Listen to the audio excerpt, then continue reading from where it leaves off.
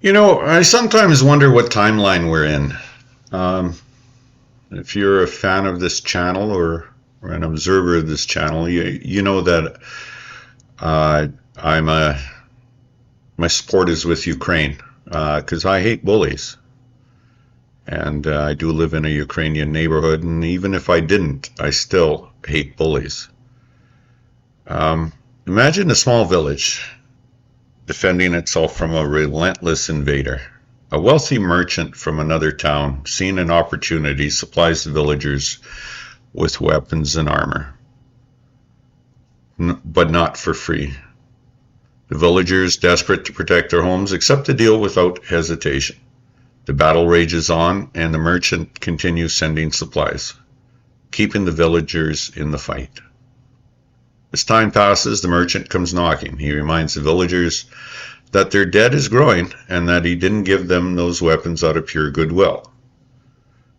Now he wants to be repaid, not in gold because the villagers have none left, but in the valuable resources they still have, their mineral-rich hills. The villagers protest, saying they are still fighting for survival and that losing their resources could leave them too weak to stand on their own even if they win.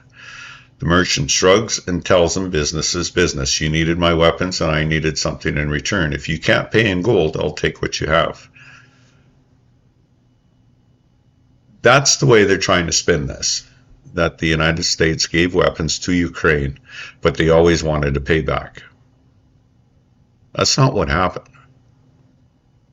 The United States gave weapons to try to keep Russia from acquiring a people's land that wasn't theirs. And Europe's been giving weapons to Ukraine to try to keep Russia at bay. Everybody's afraid of Russia, what else they will do once they win this, if they win this. Hopefully they won't win this.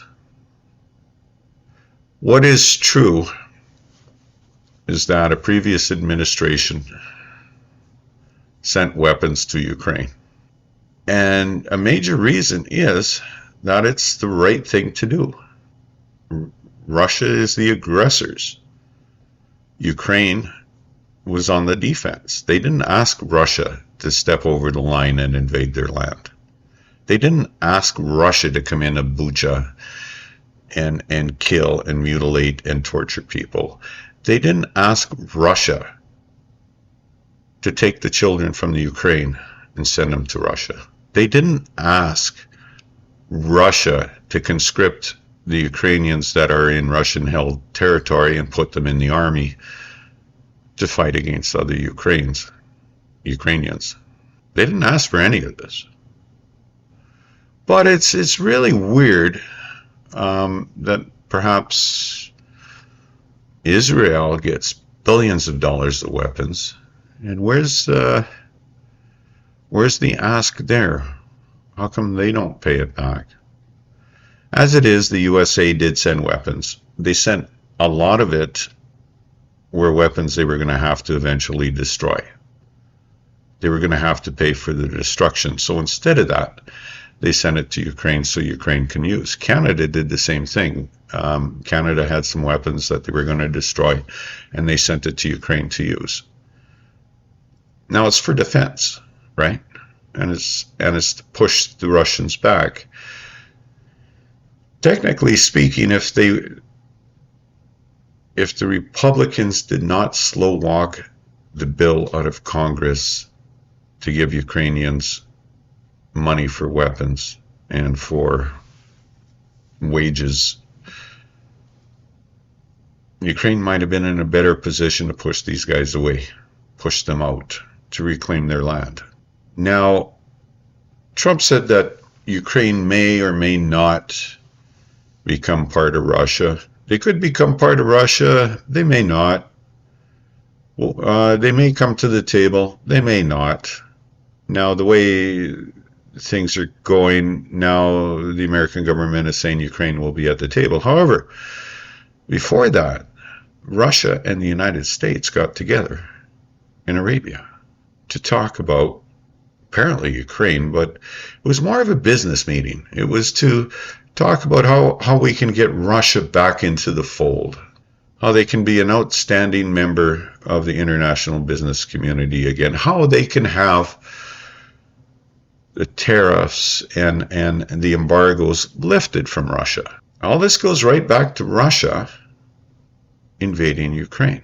If he didn't do it, he wouldn't have this problems. The Russian economy right now is overheated. It's on a war footing. Price of butter and eggs is up, same as in America. They're losing people. Estimates up to 850,000 casualties, Russian casualties, people maimed and hurt. A whole generation lost to the affliction of war. And they bring that home. We've had some highlights with Prigozhin trying to take Moscow in a tank. I mean, this timeline is unreal. I could not script or write any of this, but it is what it is right now. So let me show you a picture of the business meeting in Arabia. So this is the real sultans of swing.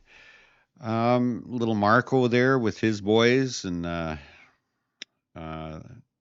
Larionov with his boys, and a couple of Arabian fellows who I don't know their name, but one of the names that was there was Kirill Dmitriev, who's the CEO of the Russian Direct Investment Fund, and he was born in Kiev, Ukraine, in the Soviet Union in '75, and he was a Russian exchange student, and he worked as an investment banker at Goldman Sachs in New York, and he was a consultant at McKinsey and Company. Those two names keep coming up no matter what happens here.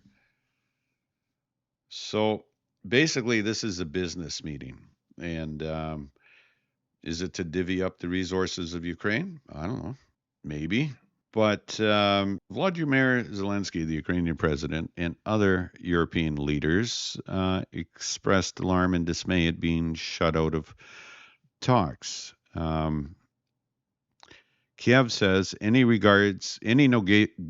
negotiations on Ukraine without Ukraine as ones that have no result, and they will not recognize any agreements about us without us. Danish Prime Minister warned that Russia could use the pause to remobilize and mount a fresh attack on Ukraine or target other countries in Europe. Basically, this is meant to bring Russia back into the fold. Now, Nixon used the strategy of economic means to bring China into the fold and to blunt war. And that strategy worked wonders. With the present administration, we don't know if if he's capable of blunting war or if he's going to make it bigger than it should. Again, this timeline thing. Right now, there should be a president who cares about other people, about other countries and stuff. I have no doubt the American population would like not to pay for wars. I would like that too. I wouldn't mind if they pulled their American troops out of 1,000 bases you have around the world. But here's the thing with Ukraine. If you help them, you help yourselves. You help the society that you're democracies. If you help Ukraine, you keep Russians' international monarchical capture of other societies. I don't think the way to get a bully to not be a bully is by appeasing them. Right now in the Russian media, if you've watched some of the YouTube from Media Matters or Media Monitor, the Russian media is just lapping all this stuff up. They really are. They're just going, Putin is in essence been given a lifeline. But in fact, he's having a hard time with his army, and he's asked for more troops from North Korea. There's a precipice here. Russia's teetering, and then the American government throws him a lifeline. Hey, there you go, buddy. Is it from past friendships and stuff? I don't know. But throughout all this talking, Russia, it was 176 missiles flown into Ukraine, and I believe Ukraine knocked off 170 of them. Don't quote me on this. I was just reading it. I'm about right. This timeline sucks right now, and I feel sorry for the people in Ukraine going through this. Now there has to be a resolution, but I suspect it should come through the Ukrainians. It's their negotiation. If you could believe that Russia wouldn't fall back from a truce or a bargain, you might have a leg to stand on to convince me that they won't. But, from the Minsk agreement, from the lies that Putin has said, I wouldn't take that at face value. You're In order to beat a bully, you got to bop him in the nose. The American government is missing a great chance to bop Russia in the nose. Instead, we're all going to get bleeding noses from this. Have yourself a good day.